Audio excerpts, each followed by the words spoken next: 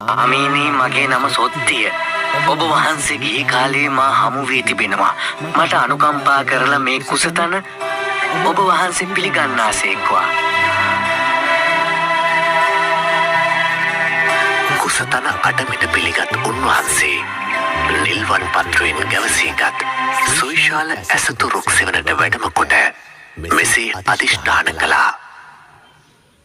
මාගේ ශරීරයේ ලේමස් පියලේවා. සම්නාර ඇට ඉතුරු වෙතොත් ඉතුරු වේවා. යම් පුරුෂ වීරයකින් පුරුෂ පරාක්‍රමයකින් අවබෝධ කළ යුතු යම් සත්‍යයක් ඇත්ද මා එය අවබෝධ නොකොට මේ ආසනයෙන් නැගිටින්නේ නැහැ.